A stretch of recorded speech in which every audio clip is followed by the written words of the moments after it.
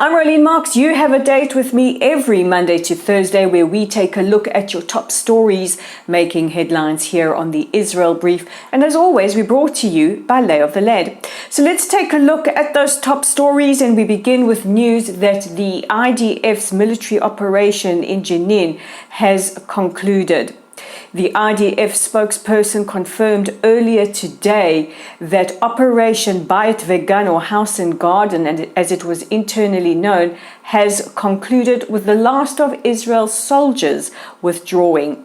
Now, Israel launched this operation in the early hours of Sunday morning to root out terrorism in the city of Jenin. Jenin is a city in the West Bank that falls under the Palestinian remit as per the Oslo Accords. Now, the majority of terror attacks this year have been carried out or planned by terrorists that originate from Jenin. During the two-day operation, the IDF uncovered numerous weapons caches and took out several terror nests and killed 12 Palestinian militants. It is quite extraordinary how the IDF used absolute pinpoint precision to ensure that no civilians were harmed. There is no record of any civilians killed during this military attack. However, during the withdrawal process in the early hours of the morning, one Israeli soldier, 23-year-old David Yehuda Yitzchak from the settlement of Beit El, was killed. The IDF are currently launching an investigation to see whether or not the fatal bullet was friendly fire or coming from Palestinians. The family have been notified and have requested that no media attend the funeral later today. Our thoughts and our prayers are with the family of Staff Sergeant David Yehuda Yitzchak. May his memory be eternally blessed. Meanwhile, Palestinian factions have claimed victory, and as we speak, Palestinian militants who were killed during the counter-terror operation are being buried. Naftali Bennett, Israel's former prime minister, was on BBC television last night talking to BBC reporter Anjana Gajil about Israel's military operation in Jenin. And the comments that she made during this interview can only be described as a blood libel. Gajil accused Israeli soldiers of being happy to kill Palestinian children. And although former Prime Minister Naftali Bennett certainly held his own and gave it right back, you could see the look of incredulation and outrage on his face. Meanwhile, the Board of Deputies of British Jews have released a statement about the interview, calling it appalling and saying that her comments were disgraceful and that they will be escalating it to the Director General of the BBC.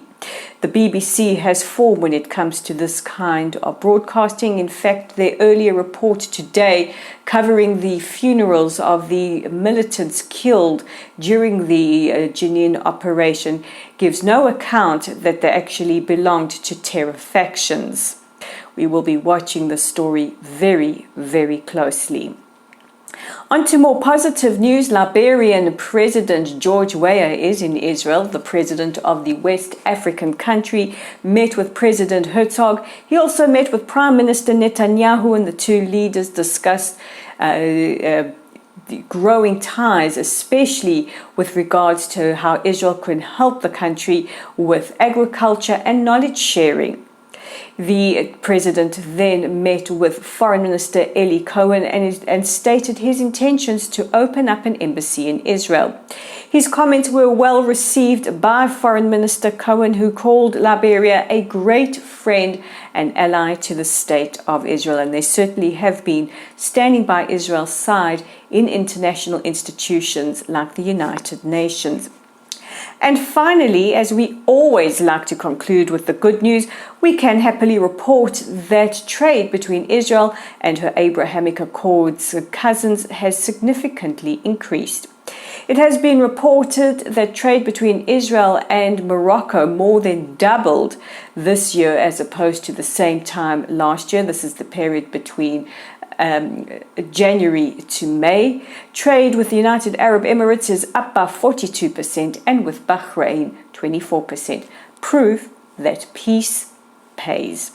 And that brings me to the end of today's edition of the Israel Brief. Don't forget to check out our website at www.layoftheland.online. We have a whole host of different articles and contents all posted up there. Our Facebook page is at Lottle Site. Give us a shout out, like us, follow us, share our content.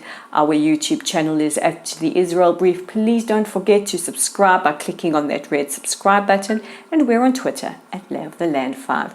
I'm Rolene Marks, wishing you all a wonderful rest of your day. And we'll check in with each other and those top stories again tomorrow.